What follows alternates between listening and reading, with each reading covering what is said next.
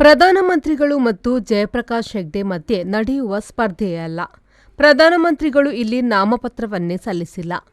ತಾನು ಮಾಡಿದ್ದನ್ನು ಹೇಳಲು ಸಾಧ್ಯವಿಲ್ಲದಿದ್ದಾಗ ನಾಯಕರ ಹೆಸರಿನಲ್ಲಿ ಚುನಾವಣೆಗೆ ನಿಲ್ಲುತ್ತಿದ್ದಾರೆ ಎಂದು ಬಿಜೆಪಿ ನಾಯಕರುಗಳಿಗೆ ಉಡುಪಿ ಚಿಕ್ಕಮಗಳೂರು ಲೋಕಸಭಾ ಕ್ಷೇತ್ರದ ಕಾಂಗ್ರೆಸ್ ಅಭ್ಯರ್ಥಿ ಜಯಪ್ರಕಾಶ್ ಹೆಗ್ಡೆ ತಿರುಗೇಟು ನೀಡಿದ್ದಾರೆ. ಅಷ್ಟೇ ಅಲ್ಲದೆ ಬಿಜೆಪಿ ತನ್ನ ಮತಪ್ರಚಾರದ ವೇಳೆ ಕೋಟ ಶ್ರೀನಿವಾಸ ಪೂಜಾರಿ ಮತ್ತು ಜಯಪ್ರಕಾಶ್ ಹೆಗ್ಡೆ ನಡುವೆ ಚುನಾವಣೆಯಲ್ಲ, ದೇಶಪ್ರೇಮಿಗಳು ಮತ್ತು ದೇಶದ್ರೋಹಿಗಳ ಮಧ್ಯೆ ಚುನಾವಣೆ ಅಂತ ಹೇಳಿದ್ದಾರೆ. ಅದರಲ್ಲಿ ದೇಶದ್ರೋಹಿಗಳು ಯಾರು ಅಂತ ಅವರೇ ಹೇಳಬೇಕು. ಚುನಾವಣೆಗಳಲ್ಲಿ ಇಂತಹ ಭಾಷೆಗಳನ್ನು ಬಳಸುವುದು ಸರಿಯಲ್ಲ ಎಂದಿದ್ದಾರೆ. ಇಲ್ಲಿ ಯಾರು ನಾಮಪತ್ರ ಸಲ್ಲಿಸಿದ್ದಾರೆ ಅವರ ನಡುವೆ ನಡೆಯುವ ಸ್ಪರ್ಧೆ ಇದು. ನಾನು ಮತ್ತು ಇತರ 9 ಮಂದಿ ಸ್ಪರ್ಧೆಯಲ್ಲಿದ್ದೇವೆ ಎಂದರು.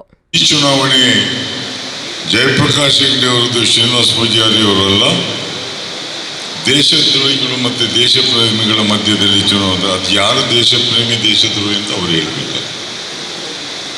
ಬರೀ ಆ ಶಬ್ದವನ್ನು ಪ್ರಯೋಗ ಮಾಡಿದರೆ ಅದು ಸರಿಯಲ್ಲ ಅನ್ನುವಂಥದ್ದು. ಅದು ಚುನಾವಣಾ ಪ್ರಚಾರಕ್ಕೆ ಅಗತ್ಯ ಇಲ್ಲ ಅನ್ನುವಂಥದ್ದು ನನ್ನ ಅಭಿಪ್ರಾಯ. ಅದರೊಟ್ಟಿಗೆ ಇನ್ನೊಂದು ಹೇಳಿದಂತೆ, ಈ ಚುನಾವಣೆ ಶ್ರೀನಿವಾಸ ಪೂಜಾರಿ ಅವರದ್ದು, ಜಯಪ್ರಕಾಶ್ ಹೆಗ್ಡೆ ಅವರದಲ್ಲ. ಚುನಾವಣೆಗೆ ಇಲ್ಲಿ ನಾಮಪತ್ರ ಸಲ್ಲಿಸಿದ ಅವರು ಮತ್ತೆ ನಾನು ಮತ್ತೆ ಇನ್ನೂ 7 ಜನ ಇದ್ದಾರೆ, ಒಟ್ಟು 10 ಜನ ಏನೋ ಇದ್ದಾರೆ ಸ್ಪರ್ಧೆಯಲ್ಲಿ. ಹಾಗಾದರೆ ಅವರು ನಾಮಪತ್ರ ಸಲ್ಲಿಸಿದಾರೆ ಇಲ್ವಾ ಅಂತ ಬೇಕು. ಅವರು ಸ್ಪರ್ಧೆ ಮಾಡ್ತಾ ಇದ್ದಾರೆ ಇಲ್ವಾ ಅನ್ನುವಂಥದ್ದು ನಮಗೆ ತಿಳಿಸ್ಬೇಕಾಗುತ್ತೆ. ಪ್ರಧಾನಮಂತ್ರಿಯವರಿಗೂ ಮತ್ತೆ ಚುನಾವಣೆ ನನಗೆ ಅಲ್ವೇ ಅಲ್ಲ, ಅವರಿಲ್ಲಿ ನಾಮಪತ್ರ ಸಲ್ಲಿಸಲೇ ಇಲ್ಲ. ಅದನ್ನು ಭಾಷಣ ಮಾಡುವವರು ಸ್ವಲ್ಪ ಅರ್ಥವನ್ನು ಮಾಡಿಕೊಂಡು ಸಾರ್ವಜನಿಕ ವೇದಿಕೆಯಲ್ಲಿ ಮಾತಾಡಬೇಕು ಅನ್ನುವಂಥದ್ದು ನನ್ನ ಅಭಿಪ್ರಾಯ.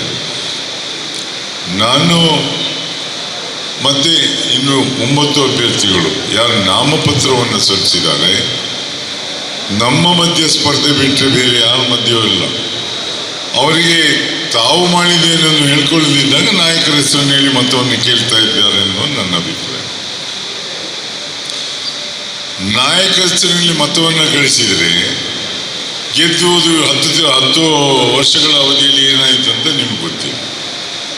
ಅವರಿಗೆ ಒಟ್ಟು ಕೊಟ್ಟದಲ್ಲ ನೀವು, ಅವರ ನಾಯಕರಿಗೆ ಒಟ್ಟು ಕೊಟ್ಟದ್ದು. ಪುನಃ ಮುಂದೆ ಬರುವ ಚುನಾವಣೆಯಲ್ಲಿ ನಾಯಕರ ಹೆಸರಲ್ಲೇ ಮತವನ್ನು ಗಳಿಸ್ತೇನೆ ಎಂಬ ಭಾವನೆ.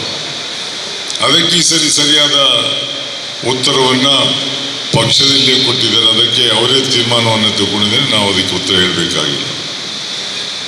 ಅದಕ್ಕೋಸ್ಕರ ಮತದಾರರಲ್ಲಿ ಕೇಳುವಂಥದ್ದು ಇಷ್ಟೇ, ಈ ಕ್ಷೇತ್ರದಲ್ಲಿ ಯಾರು ಸ್ಪರ್ಧೆಯನ್ನು ಮಾಡಿದ್ದಾರೆ, ನಾಮಪತ್ರವನ್ನು ಸಲ್ಲಿಸಿದ್ದಾರೆ, ಅವರ ಮಧ್ಯೆ ಮಾತ್ರ ಸ್ಪರ್ಧೆ ಬಿಟ್ಟರೆ ನಮಗೂ ಬೇರೆಯವರಿಗಲ್ಲ ಅನ್ನುವಂಥದ್ದನ್ನು ಹೇಳಲಿಕ್ಕೆ ಇಚ್ಛೆಯನ್ನು ಪಡ್ತಾ, ನಾನು ಅವಿಭಾಜ್ಯ ಜಿಲ್ಲೆಯ ದಕ್ಷಿಣ ಕನ್ನಡ ಜಿಲ್ಲೆ ಉಸ್ತುವಾರಿ ಸಚಿವನಾಗಿ ಕೆಲಸವನ್ನು ಮಾಡಿದ್ದೆ.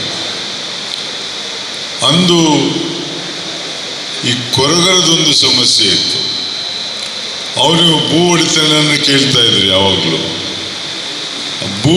ಭೂಮಿಯ ಒಡೆತನ ಅವ್ರಿಗೆ ಸಿಗ್ಬೇಕನ್ನುವಂಥದ್ದನ್ನು ಪ್ರೊಫೆಸರ್ ಮೊಹಮ್ಮದ್ ಪೀರ್ ಕಮಿಟಿಯವ್ರ ರಿಪೋರ್ಟನ್ನು ವರದಿಯನ್ನು ಕೊಟ್ಟಿದ್ದರು. ಆದರೂ ಜಾರಿಗೆ ಬಂದಿರಲಿಲ್ಲ.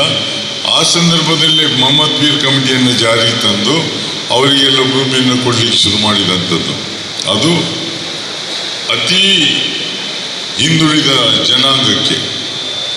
ನಮ್ಮ ಚಿಂತನೆ ಏನಿರಬೇಕಂದ್ರೆ, ಸಮಾಜದಲ್ಲಿ ಸಮಾನತೆಯನ್ನು ತರಲಿಕ್ಕೆ, ಸಮಾಜವನ್ನು ನಿರ್ಮಾಣ ಮಾಡಲಿಕ್ಕೆ ಏನನ್ನು ಮಾಡಲಿಕ್ಕೆ ಸಾಧ್ಯ ಆಗ್ತದೆ, ಅದರ ಬಗ್ಗೆ ಕಾಳಜಿ ಇರಬೇಕು. ಬಿಟ್ಟರೆ ಆ ಮತವನ್ನು ಕೇಳುವಾಗ ಧಾರ್ಮಿಕ ಭಾವನೆಯನ್ನು ಕೇಳುವಂಥದ್ದಲ್ಲ, ಅದರ ಮುಖ್ಯ ಮತವನ್ನು ಕೇಳುವಂಥದ್ದಲ್ಲ, ನಾವು ಮಾಡಿದ ಸಾಧನೆಗಳ ಮೇಲೆ.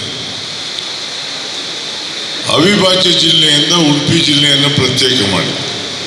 ಕಾರಣ ಇಷ್ಟೇ, ಬೇರೆ ಬೇರೆ ಉಡುಪಿ ಜಿಲ್ಲೆ ಬೇರೆ ಬೇರೆ ಮೂಲೆಯಿಂದ ಅಂದು ಮಂಗಳೂರಿಗೆ ಹೋಗಿ ಒಂದು ದಿವಸ ನಿಂತು ಕೆಲಸವನ್ನು ಮಾಡ್ಕೊಂಡು ಬರುವಂಥ ಪರಿಸ್ಥಿತಿ ಇತ್ತು. ಇವತ್ತು ಆಗಲ್ಲ. ಬೆಳಿಗ್ಗೆ ಮನೆಯಿಂದ ಹೊರಟ್ರೆ ಉಡುಪಿ ಬಂದು ಕೆಲಸವನ್ನು ಮಾಡಿಸ್ಕೊಂಡು ಹೋಗುವಂಥ ಪರಿಸ್ಥಿತಿ ನಿರ್ಮಾಣ ಆಗಿದೆ. ಇದು ನಾವು ಜನರಿಗೆ ಹೇಳಬೇಕಾದಂಥದ್ದು ಬಿಟ್ಟರೆ ಬೇರೆ ಯಾವ ವಿಷಯಗಳಲ್ಲ.